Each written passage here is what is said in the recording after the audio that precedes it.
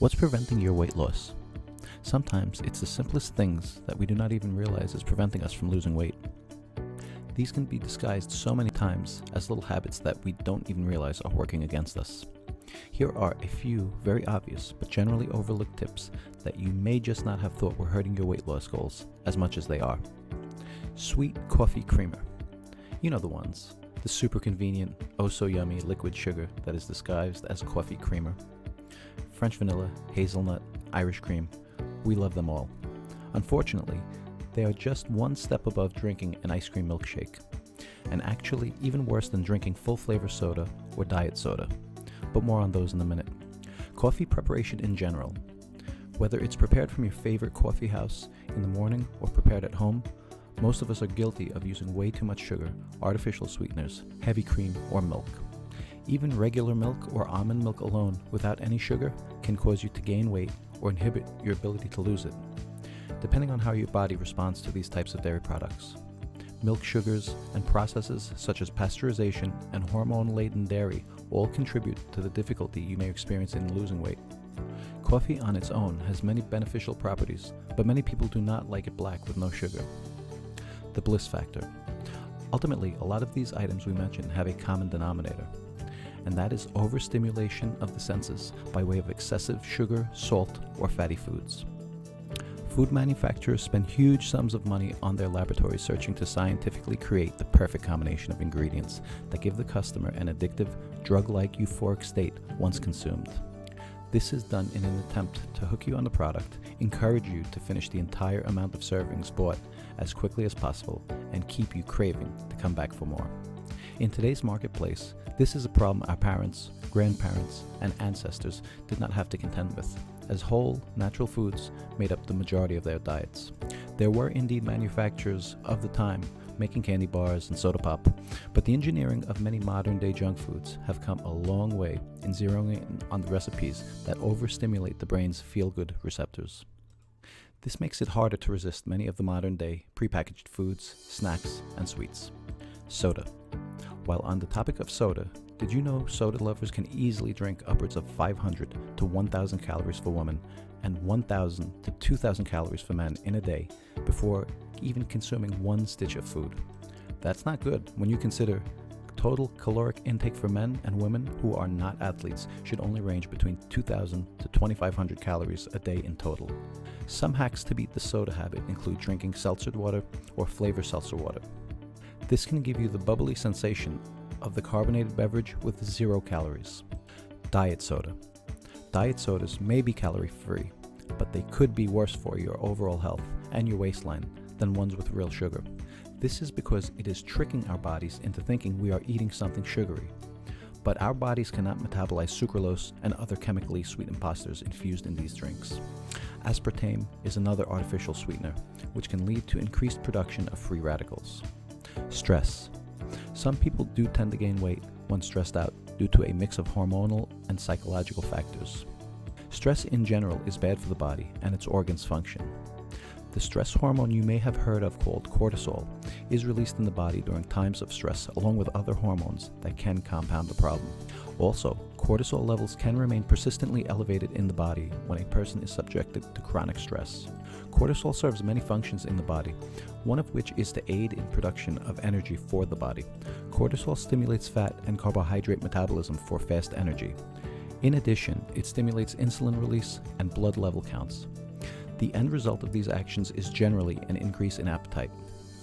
Cortisol not only promotes weight gain, but it can also affect where you put the weight on. Elevated cortisol levels tend to cause fat deposits in the abdominal area rather than in the hips.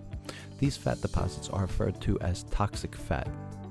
Fat deposits in the midsection are strongly correlated to the development of cardiovascular disease, including heart attacks and strokes.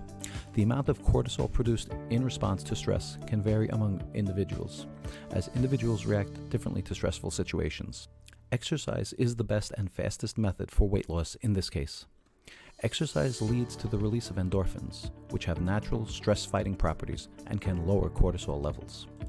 Activities such as yoga and meditation can also help lower your stress hormone levels. Emotional eating can also become problematic when under stress. which may be another reason some people gain weight when experiencing stress. Improper sleep.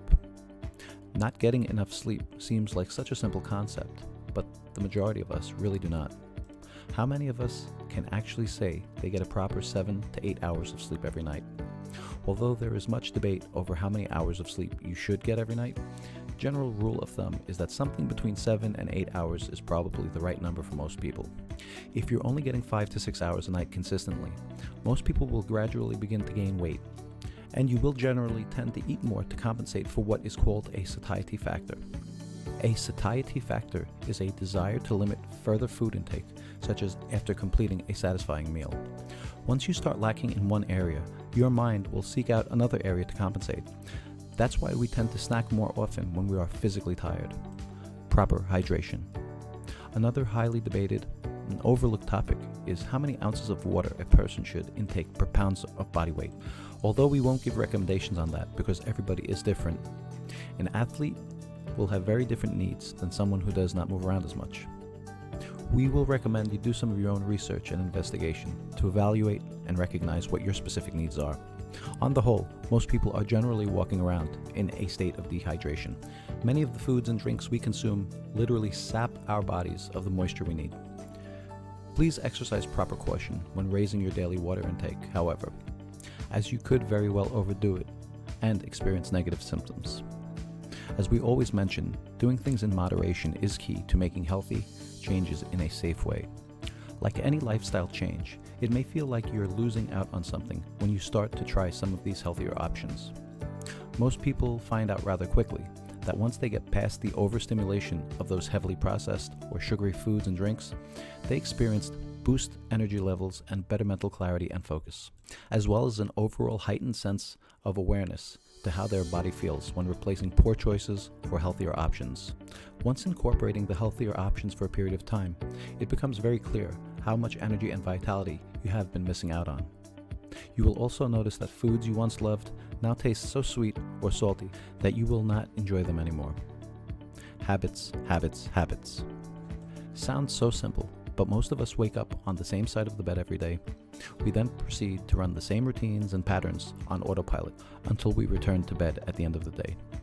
If you can find a way that works for you to change these habits one at a time, you may be amazed in a month's time to see how you are doing almost everything differently. And you are back on track making progress toward your weight loss goals. Habits are key when trying to lose any amount of weight. If you are steadily gaining weight or losing weight but have hit a wall, it just makes sense that you need to incorporate different daily habits to get different results. If one or maybe all of the items mentioned in this video are affecting you, try to tackle one at a time and build on your successes rather than taking them all on at once. Research shows that people have a higher success rate by taking a step-by-step transition into a whole new regimen, rather than taking a plunge into an attempt to conquer them all at the same time. Doing that may make you feel like you are depriving yourself of the things you are accustomed to. There is an old saying that the long journey to Olympus is simple, as long as every step you take is in the direction towards it. This, as all of our videos, is not intended to replace professional advice of a medical practitioner, so please always consult your family doctor. We just like to raise awareness on the topics that many folks may not even realize need to be looked at a bit closer. It's no secret that the effects of high sugar intake are bad for your overall health in general, so please use some of the tips mentioned in this video, and remember to always do things in moderation for a healthy, well-balanced lifestyle. Our hope with these videos is that you gain an interest in some of the topics that pertain to your unique situation, and get the urge to dive deeper into the topics that concern you, to get the best possible results and avoid any potential complications or adverse reactions. There is so much involved with this topic. We hope you will continue to educate yourself on this broad topic. We feel you will now proceed to make daily food choice habits with a more watchful eye of what you are actually consuming daily. Please take a second to like and subscribe if you enjoyed the information we bring to you. Our aim is to help you in your healthy lifestyle pursuits as we cheer you along on your journey toward your next best body. Be sure to check out our other videos for similar health, fitness, and lifestyle topics and tips. Thank you.